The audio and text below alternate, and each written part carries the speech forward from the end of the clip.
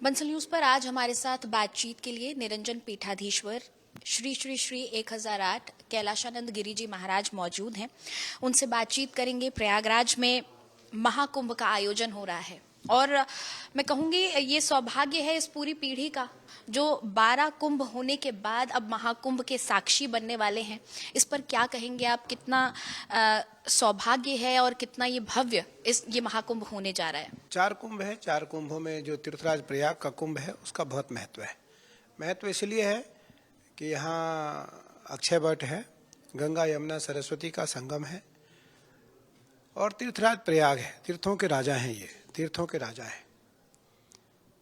तो गोस्वामी तुलसीदास जी महाराज लिखते हैं कि बटु विश्वास अचल निज धर्मा, तीर्थ राज समाज सुकर्मा, सुकृति शंभुतन विमल विभूति, मंजुल मंगल मोद प्रसूति। बटु विश्वास, बरगद की छाया है यहाँ और उस बरगद की बट वृक्ष की छाया में महाकुंभ लगता है। महाकुंभ क्योंकि सबको पता है कि 4 जगह पर होता है। हरिद्वार, तीर्थराज प्रयाग उत्तर प्रदेश, हरिद्वार उत्तराखंड जो हमारा स्थान है, त्र्यंबकेश्वर नासिक महाराष्ट्र, उज्जैन मध्य प्रदेश, 4 जगहों पर महाकुंभ होता। पर तीर्थराज प्रयागराज का जो महाकुंभ है वो इसलिए महत्वपूर्ण है क्योंकि ये तीर्थों के राजा हैं, तीर्थों के राजा हैं।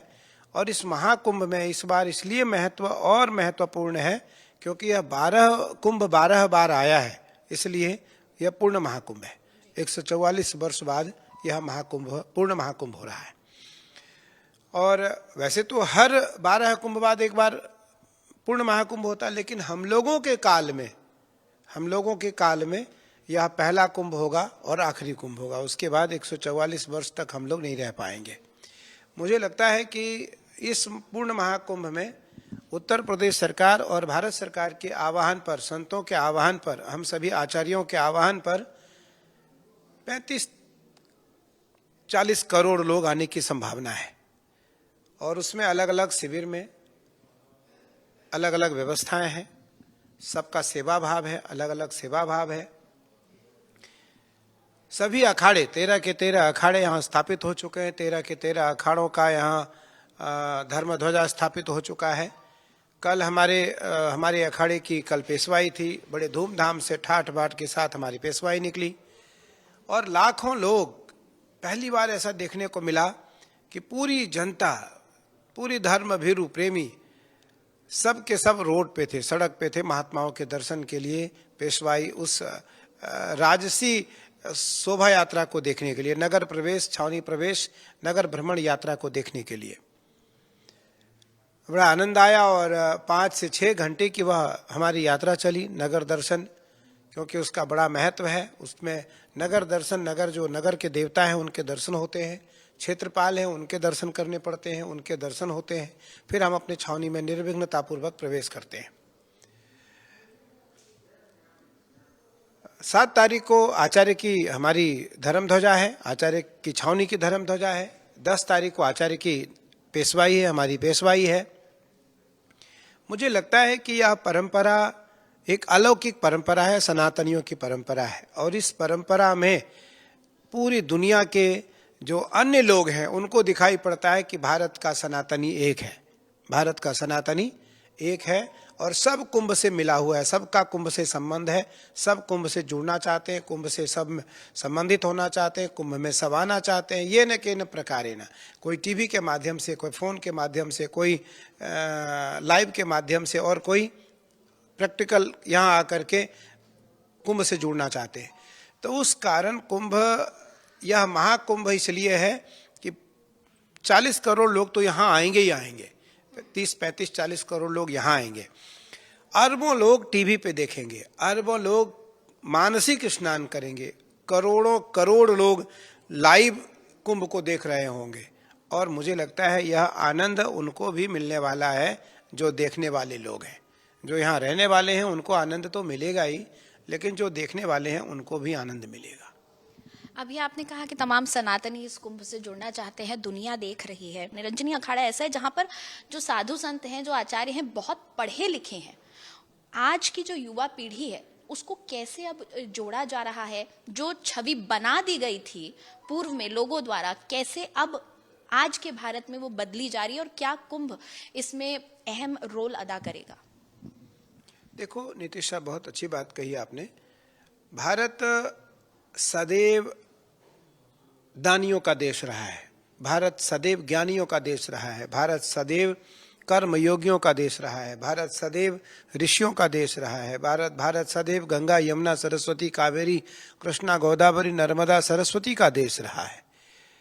हमने कभी वस्त्र के ऊपर बहुत ध्यान नहीं दिया। इंटरव्यू ले रही हो, भारत के सबसे बड़े अखाड़े के आचार्य हैं, फक्कड़ जैसे हैं, हमने एक आधा कपड़ा पहना, आधा शॉल ओढ़ा है, तो इसका अर्थ ये नहीं कि हम निर्धन हैं, हमारे पास धन नहीं है, हम कपड़े नहीं ले सकते हैं, कपड़े हमें लोग दे नहीं सकते, हमारा स्वभाव ही नहीं है बहुत कपड़े पहनने का, हमारा स्वभाव है फक्कड़ जैसे रहने का।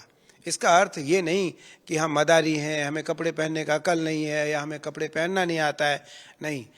भागवत का एक श्लोक है, कोपी न बनता खलु भाग्य बनता। भारत में सिद्ध वो रहे जिन्होंने एक लंगोटी पहन करके भारत का, देश का, विश्व का नेतृत्व किया, देश और विदेश का, देश और दुनिया का नेतृत्व किया है, जो दुनिया को संदेश देता है। भारत सामाजिक, आर्थिक, व्यवहारिक, राजनीतिक, पारंपरिक और सामाजिक, मौलिक, इन 6 प्रतिष्ठानों का, 6 महत्वपूर्ण विषयों का परम ज्ञाता सदैव रहा है। और निरंजनी अखाड़ा तो तपस्वियों का है, हमारा जो अखाड़ा है वो परम तपस्वियों का है। जितने परम तपस्वी रहे वो सब निरंजनी अखाड़े में रहे। आज भी जितने देश के परम तपस्वी हैं वो सब के सब निरंजनी अखाड़े से संबंधित हैं। मुझे लगता है कि भारत तपस्वियों का देश रहा है। जिस प्रकार गंगा का जल जो पान करता है वो मुक्त हो जाता है, गंगा के जल से जो मुख प्रक्षालन करता है वो विशुद्ध हो जाता है, गंगा के जल में जो स्नान करता है वो अपने शरीर को शुद्ध कर लेता है, गंगा में जिसकी अस्थि जाती है वो मोक्ष पा जाता है, गंगा जल का जो निरंतर सेवन करता है वो परम ज्ञानी हो जाता है। तो गंगा सबसे पहले ज्ञान देती है, फिर गंगा भक्ति देती है, फिर गंगा वैराग्य देती है।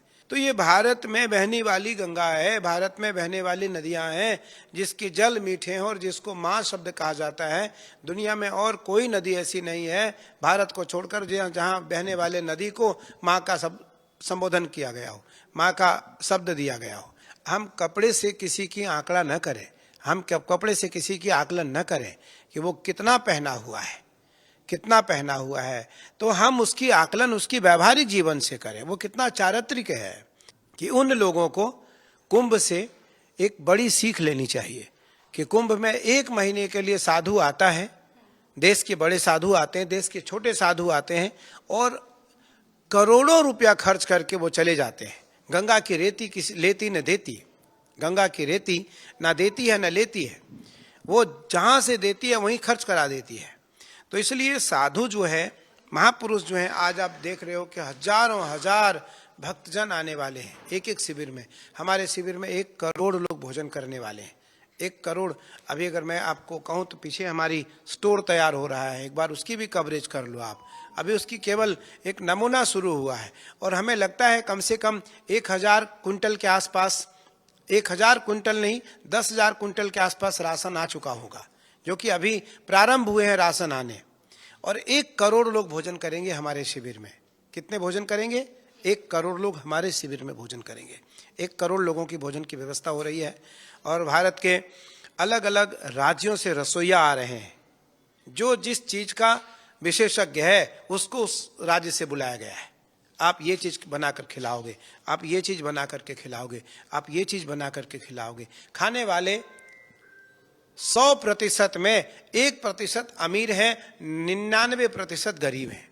हम तो वो भाव रखने वाले भारतीय हैं, हम बिना स्वार्थ सेवा करने वाले लोग हैं। हमारे मन में किसी प्रकार का कोई स्वार्थ नहीं होता है और हम स्वभोगी नहीं, हम तो सेवा भोगी हैं।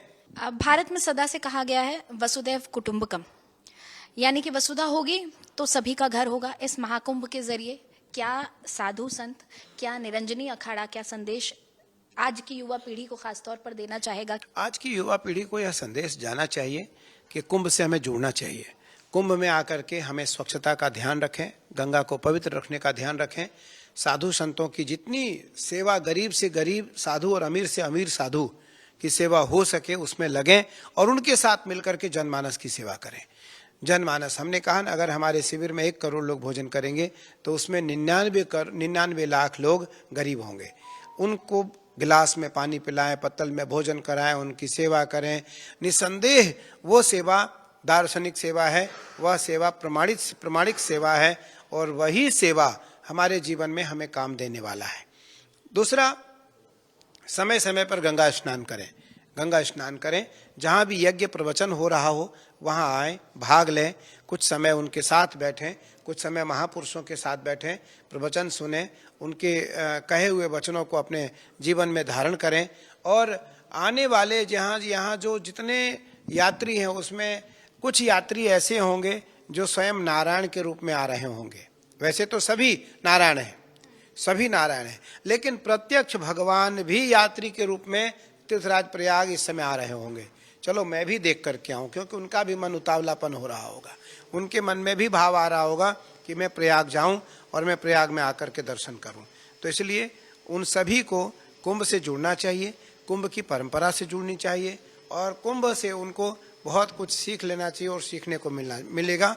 वह जो सीख उनको मिलने वाला है वह उनको अपने जीवन में उतारना चाहिए, उनको धारण करना चाहिए। निरंजनी अखाड़े की पेशवाई भी हो चुकी है और अब कुंभ बहुत जल्द शुरू होने वाला है। 13 फरवरी से महाकुंभ का आगाज हो जाएगा। तैयारियां अपने चरम पर है, तमाम अखाड़े यहाँ पहुंच चुके हैं, सभी अखाड़ों के शिविर यहाँ पर लग रहे हैं। और जैसा कि कैलाशानंद गिरी जी ने हमें बताया, 1 करोड़ लोग सिर्फ इसी अखाड़े के जरिए अन्न ग्रहण करने वाले हैं, यहाँ पर भोजन करने वाले हैं। तो इससे अंदाजा लगाया जा सकता है कि ये महाकुंभ कितना भव्य और कितना दिव्य होने जा रहा है। कैमरा पर्सन पुरुषोत्तम के साथ नितिशा बंसल।